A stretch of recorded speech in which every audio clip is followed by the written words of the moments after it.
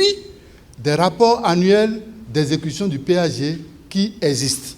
Et le dernier qui a été fait, c'est le rapport d'exécution du PAG au 31 décembre 2020, qui est en réalité la dernière année d'exécution du PAG 2016-2021.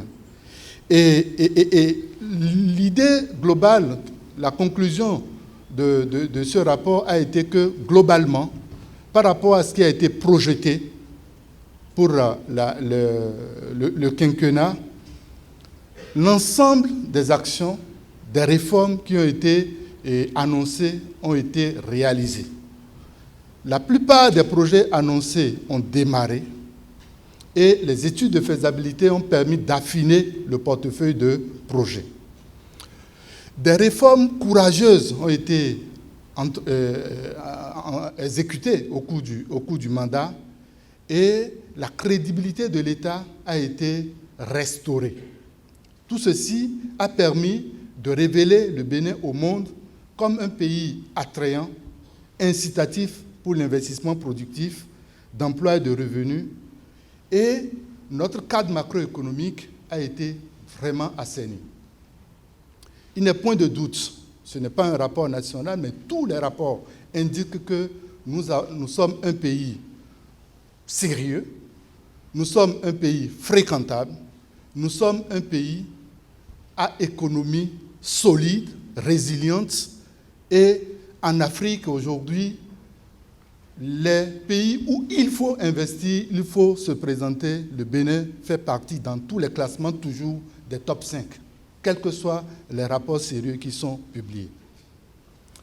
Nous sommes davantage équipés en termes d'infrastructures, que ce soit l'énergie, que ce soit les routes, le numérique, l'eau, les centres de santé, et donc les conditions infrastructurelles de base sont réunies pour le développement économique de notre pays.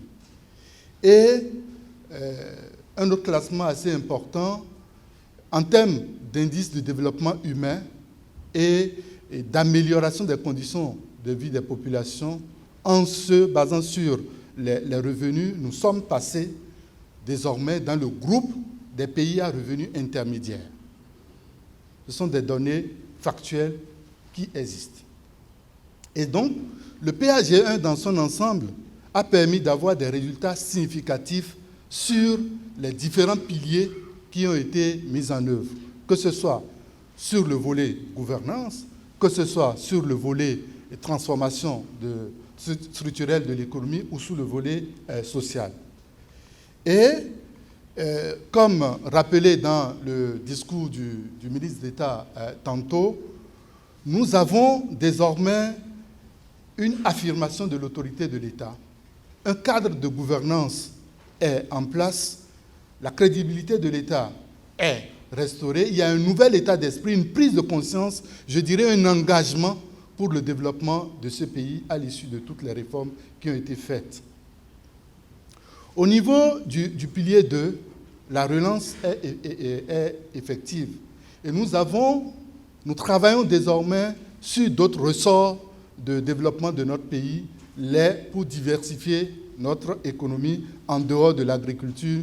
Il y a des sources de croissance qui sont développées. Et au plan social, l'amélioration progressive des conditions des populations est effective. Et déjà, dans un exercice de pré-bilan, à la veille de la célébration des 60 ans d'indépendance de notre pays en août 2020, donc le 31 juillet 2020 à la veille, le chef de l'État s'est adressé au peuple et a dit en substance que voilà le chemin que nous avons parcouru, le pays change. Il y a des efforts qui sont faits, des résultats sont obtenus, mais quoique remarquables, ces résultats ne constituent qu'un début de réalisation des conditions minima préalables à l'essor de notre économie. C'est pourquoi nous ne devons point nous en contenter, encore moins arrêter la dynamique si nous voulons l'amplifier. Et c'est dans ce contexte déjà que la fin de l'exercice 2020 a été vécue et l'organisation de l'élection a été faite. Dans le rapport également bilan, une des conclusions fortes que je cite ici, c'est qu'il est d'une impérieuse nécessité de poursuivre la politique audacieuse de réforme de l'État en vue d'accroître sa capacité à satisfaire les besoins vitaux et continus des populations, d'assurer sa propre protection contre les atteintes potentielles intérieures et extérieures. En effet, à l'étape où se trouve notre pays, la mobilisation et les choix politiques devront viser à préserver les acquis du PAG 2016-2021 et à les renforcer en prenant toutefois en considération les aménagements stratégiques qui n'en affectent pas la cohérence globale et la solidité. C'est donc dans ce contexte que le PAG2 a été élaboré comme la suite du PAG1 et en tirant leçon de ce qui s'est passé, la mise en œuvre donc, du PAG1. Et donc nous partons de cet état des lieux qui également a permis de relever les défis qui demeurent. Et ces défis, ici, sont classés sous les trois approches, les trois piliers que nous avons adoptés dès le départ. Sous le premier pilier, malgré les efforts qui ont été faits, il demeure que nous devons continuer à enraciner la démocratie, l'état de droit et la bonne gouvernance. C'est une quête permanente qu'il faut adresser. Il faut maintenir la stabilité du cadre macroéconomique. Nous sommes venus de loin. En 2015, nous étions à un taux de croissance de 1,8. À la fin, nous avons eu un taux de croissance environ de 5,5%. Pourtant, il y a des fragilités. Il faut travailler à maintenir la stabilité du cadre macroéconomique. Il faut renforcer la mobilisation des ressources intérieures. Les ressources intérieures, sans ressources, nous ne pourrons pas financer notre développement. Sur le deuxième volet économique, nous avions dit que nous voulions engager la transformation structurelle de l'économie béninoise. Pour cela, il faut travailler davantage à capaciter les PME et les PMI. On a un défi de productivité et de compétitivité de l'économie béninoise. Il faut travailler également à relever significativement le niveau du capital humain. C'est fondamental. Malgré les efforts qui ont été faits, l'impact en termes de capital humain pour les 5 ans n'a pas été significatif. Il faut réaliser le boom industriel. Bien évidemment, quand nous parlons de boom industriel, c'est de pouvoir focaliser l'attention sur les unités de production qui nous permettront tout au moins d'adresser nos biens ou nos besoins de consommation intérieure. Il faut réaliser l'autonomie et la transition énergétique. Et sur le plan social, c'est d'accélérer l'accès des populations aux services sociaux de base et de réaliser le développement équilibré et durable de l'espace national. Ce sont les défis qui ont été relevés et qui justifient les choix qui ont été faits dans le cadre du PAG2.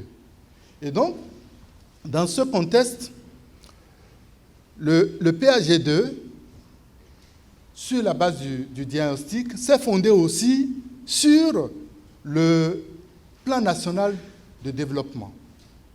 Pour rappel, lorsque le PAG 1 se faisait en 2016, le seul instrument qu'il y avait en ce moment comme instrument de référence, c'était le programme, donc le plan à l'AFIA, les perspectives, j'allais dire, les perspectives à long terme à l'AFIA 2025. Mais vous devez vous rappeler que nous avons, depuis 2000, été l'un des pays à avoir tracé des orientations à long terme, des perspectives, on a un document que nous citons, mais les différents gouvernements qui se sont succédés n'ont pas traduit réellement ces perspectives dans des programmes cohérents. On l'évoque, mais on fait autre chose.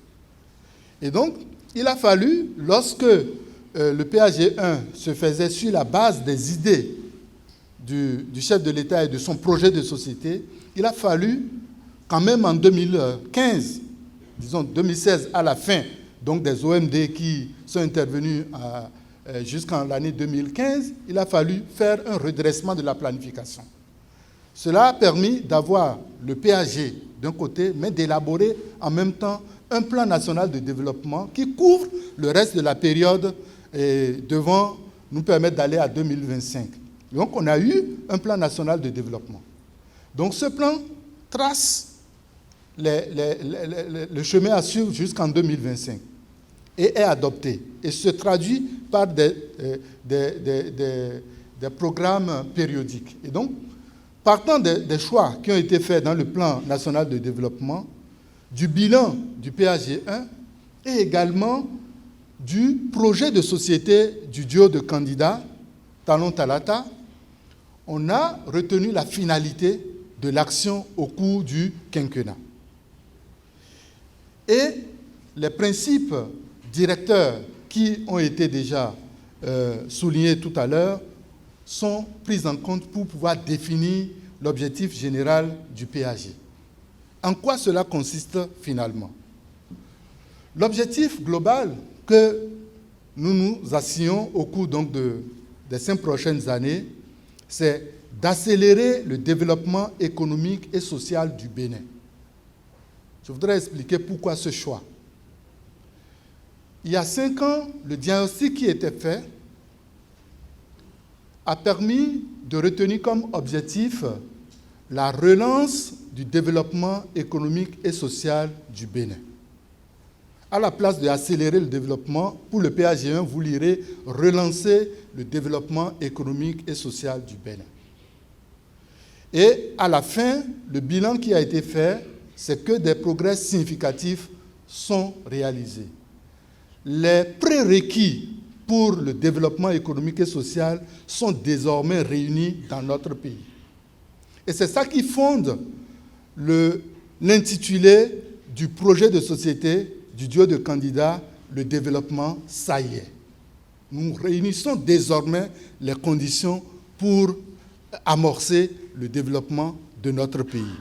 Que ce soit les facteurs de production, que ce soit la gouvernance, que ce soit les infrastructures, nous sommes en mesure désormais d'aborder, de les traiter et de posséder la trajectoire de notre développement parce que nous y croyons, les conditions sont réunies. On a pu montrer en quelques années que c'est possible.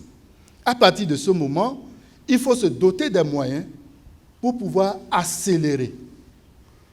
Et donc, c'est ça l'objectif. Mais pour accélérer ce développement, 3 piliers d'intervention, le renforcement de la démocratie, l'état de droit et la bonne gouvernance, c'est un choix. Les acquis du Bénin doivent être conservés et améliorés. Nous sommes définitivement et nous nous inscrivons pour renforcer notre démocratie et notre état de droit. Nous voulons consolider la bonne gouvernance parce que sans cela, rien ne peut se réaliser en termes de développement. Et sur le pilier 2, nous voulons poursuivre la transformation structurelle de l'économie. Sur ce pilier 2, pour le PAG1, dans un raisonnement vraiment méthodique, sur ce pilier 2, au PAG1, nous avions dit que nous voulions engager la transformation structurelle de l'économie béninoise. C'était engager, mettre vraiment les conditions en place. Ces conditions étant réunies, nous pouvons maintenant travailler à la transformation structurelle de l'économie de notre pays. En quoi faisant? En renforçant le cadre macroéconomique et en maintenant sa stabilité, mais en accélérant la croissance économique. On va revenir en détail sur le contenu de ce gros paquet et aussi en travaillant à la promotion d'une éducation de qualité. L'éducation, depuis 2016, est retenue dans notre approche de planification comme un facteur de la transformation structurelle. Ce n'est pas traité comme un secteur social. Et donc, l'éducation de qualité, continuer les réformes, mais surtout, travailler aux formations orientées métiers, d'où le choix du gouvernement d'avoir un vaste programme de l'enseignement de la formation technique et professionnelle. Le troisième pilier, c'est accroître durablement le bien-être social des populations. Nous projetons qu'à l'horizon 2026, nous nous retrouverons en dessous de la norme des 35%, bien que la masse salariale connaîtrait une certaine croissance. Mais ici, comme c'est un ratio, le co-dénominateur, c'est le PIB qui va s'accroître plus substantiellement, on se retrouve en dessous du niveau. En ce qui concerne la dette, beaucoup de gens s'interrogent, oui, on va sur les marchés, on mobilise beaucoup de ressources, est-ce que notre dette n'est pas tenable? Est-ce qu'elle est soutenable? Les projections que nous avons, les données réelles de l'endettement que nous avons, nous situent avec le niveau d'investissement projeté largement en dessous des 70% retenus au niveau de l'UEMOA.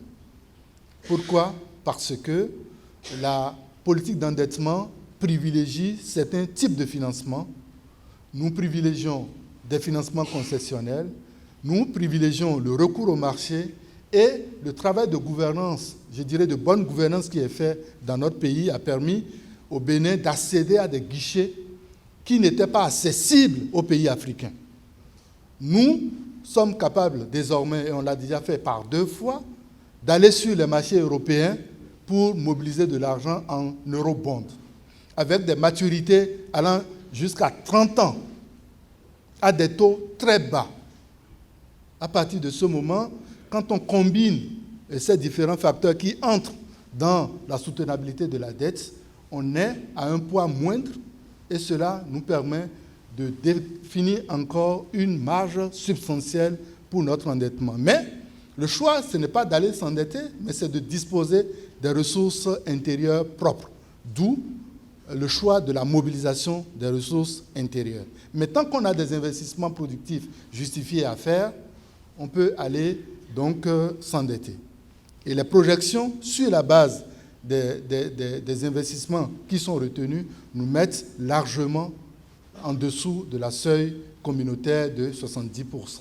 En ce qui concerne l'évolution des prix, l'inflation, en moyenne, nous nous retrouverons à un taux de 2%, en dessous donc de la norme de 3%. Voilà globalement les informations sur le cadrage. Alors, le PAG, quel est son coût? Lorsque nous avons identifié les projets à réaliser, sur lesquels je vais revenir tout à l'heure, et on a fait l'exercice donc de priorisation, ce qui s'est passé, c'est que en termes d'analyse situationnelle, 2021, c'est la suite donc des 5 ans. Et c'est à notre portée. Le détail des projets qui constituent ce portefeuille par ministère est récapitulé sur cette slide. Mais globalement, on se rendra compte que sur l'ensemble du portefeuille, le pilier 2, qui porte sur donc, la transformation structurelle de notre économie, regroupe à lui seul 63% des interventions. Et le pilier 3 vient avec 32%. Et le pilier 1, c'est essentiellement les réformes transversales et quelques projets de ministères régaliens. C'est à peu près 5%. La répartition par as également figure donc. Voilà. On sait désormais ce qu'il faut faire, dans quelle planification, quel montant rechercher. Mais le véritable problème, c'est est-ce que lorsque nous avons l'argent, nous pourrions transformer cela en projet. Donc, les modalités de mise en œuvre, le cadre institutionnel qui a été défini, tirant leçon de tout ce qui s'est passé, le cadre de gouvernance a été succès et de risque. Et partant des facteurs de risque, je voudrais souligner 3 catégories. Le premier, ce sont les facteurs exogènes. à savoir aujourd'hui la conjoncture internationale, ce qui n'est pas sous notre influence et qui vient nous impacter, c'est par exemple le Covid, à travailler aux conditions de bonne gouvernance. Conditions de bonne gouvernance et la stabilité politique. Une bonne différenciation des rôles entre les différents acteurs nous permettrait d'aller en la crédibilité de notre pays, la continuation de la bonne cotation du Bénin auprès des marchés, des institutions financières en matière de gestion macroéconomique. La gestion intégrée des espaces frontaliers aussi est retenue au titre des projets prioritaires du secteur de la sécurité, ainsi que la construction et l'équipement des infrastructures de secours et la poursuite de la gestion, tout ce qui concerne l'état civil qui est en cours se poursuivra aussi. En ce qui concerne la défense, la garde nationale qui a été créée sera activée, c'est une des réformes prioritaires du secteur de la défense, et l'adoption de la loi de programmation militaire. Pour ce qui concerne les projets du secteur de la défense,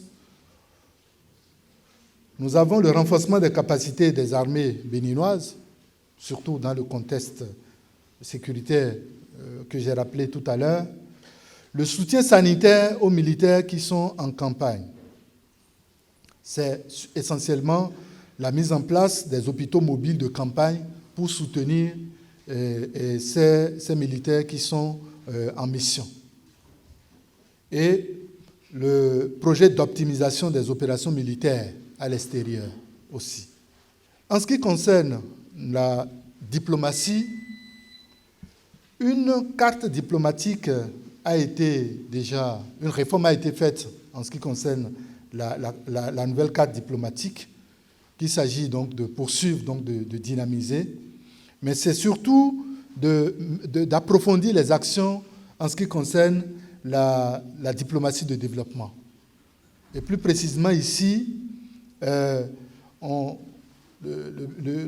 Bénin a choisi de mettre en place une zone de libre-échange avec le Nigeria en particulier, et ensuite une zone de libre-échange avec les autres pays de la sous-région. Et la mise en place des conseillers au partenariat et à la coopération décentralisée.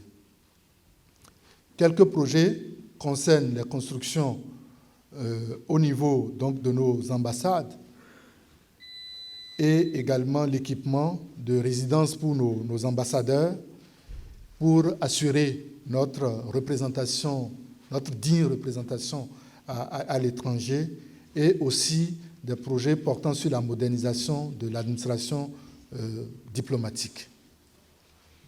En ce qui concerne le pilier 2, les actions essentiellement portent sur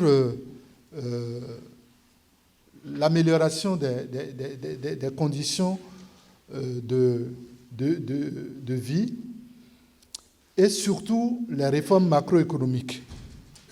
On veut, au niveau du secteur de l'économie et des finances, en ce qui concerne les réformes, poursuivre la réforme du Fonds national des retraites du Bénin. On veut passer à la digitalisation de la passation des marchés. C'est un gros goulot d'étranglement aujourd'hui, la passation des marchés, pour toutes les institutions publiques qui sont ici. Et donc, l'idée, c'est de mettre les avantages du numérique aujourd'hui au service des processus de passation de marché, et comme d'autres institutions le font désormais, que l'on puisse, ne serait-ce que les processus de dépôt des dossiers, de publication, des appels d'offres et tout ça, utiliser les avantages du numérique pour également limiter l'intervention humaine qui est source de problèmes, qui est source également de corruption. Les projets à ce niveau du ministère des Finances, c'est la construction de bâtiments pour les régies financières, C'est aussi les projets de renforcement de capacité des acteurs qui interviennent dans la collecte des recettes, de la mobilisation des recettes, et aussi le renforcement des capacités des acteurs du système d'information statistique des ministères. L'INSAE a été réformé et est devenu INSTAD. On veut désormais que l'INSTAD soit le leader en matière donc, de production de données, de diffusion, et aide également les ministères sectoriels dans la coordination statistique, dans la production des données de leur secteur réel. D'autres réformes à ce niveau, c'est la dématérialisation de la délivrance des titres fonciers. Des efforts importants ont été faits à ce niveau, il s'agit de les poursuivre. Une autorité de régulation des jeux de hasard sera créée. Vous savez qu'en dehors de la loterie aujourd'hui, beaucoup d'institutions privées proposent des jeux de hasard et les citoyens que nous sommes sujets à répondre, à participer à ces jeux. Il faut mettre en place une autorité qui régule ce secteur-là. La Poste du Bénin donc, sera transformée en une banque postale. Et la Direction générale des participations de l'État et de la dénationalisation va connaître une transformation structurelle réellement pour être, je dirais, le guichet d'appui de toutes les prises de participation de l'État et veillerait à l'intérêt de l'État dans l'activité de façon globale. Et en ce qui concerne la mobilisation des financements, il y aura de nouveaux mécanismes qui seraient mis en place pour nous permettre d'accéder à davantage de guichets répondant à notre stratégie d'endettement. J'aborde à présent les secteurs qui contribueront à l'accélération de la croissance économique. Et l'un des premiers secteurs, c'est celui des infrastructures et transports. On connaît le positionnement de notre pays. Nous sommes un hub logistique. Il faut donc développer les routes. Il faut développer également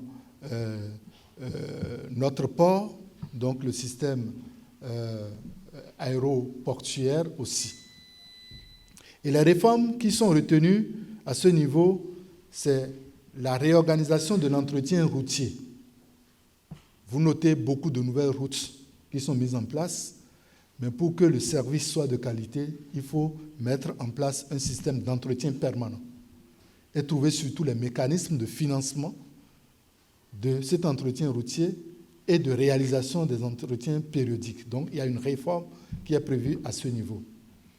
Le système d'information portuaire sera également mis en place. Vous avez noté que la réforme a conduit récemment, par exemple, à la suppression ou à la liquidation du Conseil national des chargeurs du Bénin et d'autres acteurs. Et donc, dans ce contexte, on réorganisera le système d'information portuaire pour être plus efficace. La professionnalisation du métier de transporteur et également la création d'un bureau d'embauche unique sur la plateforme portuaire. Beaucoup de projets sont retenus à ce niveau-là. Nous voulons citer quelques-uns. Le projet de contournement nord de Cotonou va démarrer cette année. Les appels d'offres, les diligences pour le choix des partenaires finiraient cette année et le projet va démarrer. La route nationale inter-État numéro 2, Cotonou, Alada, Boycon jusqu'à Dassa, sur un linéaire de 207 km, sera reconstruite. L'autoroute Semen-Podi-Porto Novo sera dédoublée avec la construction d'un nouveau pont à l'entrée de Porto Novo. L'échangeur de Vedocor va également démarrer. L'aménagement de plusieurs routes, la réhabilitation, il y a le détail dans le document. L'engagement du gouvernement, c'est de renforcer et de mettre en place un linéaire total de 1200 km de nouvelles routes. et d'aménager des routes en terre qui existent. C'est un engagement de 917 km de routes et 39 ouvrages également qui sont répertoriés. En ce qui concerne donc l'entretien des pistes rurales sur le territoire national, c'est environ 12 600 km de pistes rurales qui sont visées. Et il y a des projets du sous-secteur maritime et portuaire. Comme vous le savez, notre port est de plus en plus dynamique avec le contrat de gestion qui est là. Il y a des investissements à faire à l'intérieur, notamment la construction de quais pour améliorer le service à la clientèle et rentabiliser. Au niveau du sous-secteur aérien également, des investissements sont faits. Le projet de construction de l'art et sur la culture. Et pour ça, en termes de réforme, il s'agit de dynamiser et de réglementer le secteur du tourisme. Donc toute la chaîne, tourisme, hôtellerie, etc., doit connaître une nouvelle dynamisation. Quand nous allons et on vous dit, oui, cet hôtel, c'est un hôtel 2 étoiles, 3 étoiles, etc., derrière, il y a des références. Il faut pouvoir les appliquer. Voilà. Quand vous descendez dans un hôtel et vous allez dans un restaurant, il faut pouvoir s'assurer de la fiabilité de l'information qui vous est donnée pour vous rassurer quant à ce que vous voulez manger. Tout ça, c'est de la réglementation à faire en amont et c'est le rôle de l'État. Ce qui sera fait. La création d'un fonds de bonification de crédit pour les entreprises, industries culturelles, la dématérialisation du système de collecte des redevances de droits d'auteur au niveau du BUBEDRA et la création du Conseil des organisations de la société civile culturelle, ainsi que la création d'une agence de production de contenu. Les projets du tourisme, vous les connaissez tous, ils n'ont pas changé, mais ils vont tous être livrés au cours du quinquennat. Il s'agit du musée de l'épopée des Amazones et des rois du Dahomey à Abomey, de la réhabilitation des infrastructures touristiques à Alada, ce projet a déjà démarré aussi, de la construction du musée Vodun Orisha à Porto Novo, ainsi que la réhabilitation des musées à Dandé et Romé. Le deuxième volet, réhabilitation des musées à Dandé et Romé, a démarré déjà à Porto Novo. Le projet de construction du musée est en phase étude assez avancée et devra démarrer aussi, puisqu'il y a eu changement de site par rapport au premier projet. L'aménagement de la route des couvents, ce projet aussi a démarré. La construction du nouveau palais du roi de Niki et de la reine de la Gani et de la gestion de la route des Tata. Sur le premier volet, construction du nouveau palais du roi de Niki et de la reine de la Gani, je puis dire également que ce projet a démarré, en ce sens que l'appel d'offres pour la sélection des entreprises a été déjà fait et je pense que les dossiers sont déposés, sont en cours de traitement. En ce qui concerne la route de Tata également, c'est un projet qui est déjà effectif, qu'on veut amplifier. La reconstruction à l'identique de la cité historique de Ouida. Plusieurs projets ont démarré également à Ouida. Il suffit d'y faire un tour, vous allez vous perdre. Circuler, c'est difficile à Ouida en ce moment. La construction d'un complexe touristique, la Marina, près de la porte du non-retour, à Djegbadji, à Ouida. Ceux qui ont pu se rendre à la fête du 10 janvier, il y a quelques jours à Ouida, ont dû se rendre compte d'une grande clôture de chantier qui est faite. C'est à ce niveau, ça a démarré déjà. Et les financements sont mobilisés sur tous ces projets. L'aménagement d'une station balnéaire d'exception à Avlekete. L'accord avec le Club Med a été déjà signé. Les contrats sont signés avec Sogia Satom. Il suffit de faire quelques kilomètres à l'issue à Dunko et vous verrez l'immensité des travaux qui sont déjà en cours à ce niveau-là. Complexe balnéaire PLM Eldorado à Akpakpa et aménagement des protections des côtes. À la suite donc des travaux qui ont été faits sur toutes nos côtes de protection, le gouvernement a intégré dans son programme la réhabilitation de PLM Alédio. Et à ce niveau, c'est un grand complexe balnéaire qui sera réalisé, qui intègre Eldorado et beaucoup d'infrastructures à ce niveau. C'est l'un des nouveaux projets qui figure également sous le volet tourisme, sur lesquels les études sont assez avancées aussi. Faire de la Pendjari et du Doulvé le parc de référence de l'Afrique de l'Ouest. Les résultats que vous connaissez en la matière seront consolidés dans le cadre de l'accord de gestion avec APN et poursuivis. Réinventer la cité lacustre de Ganvier, un de nos projets prioritaires qui va s'accélérer aussi.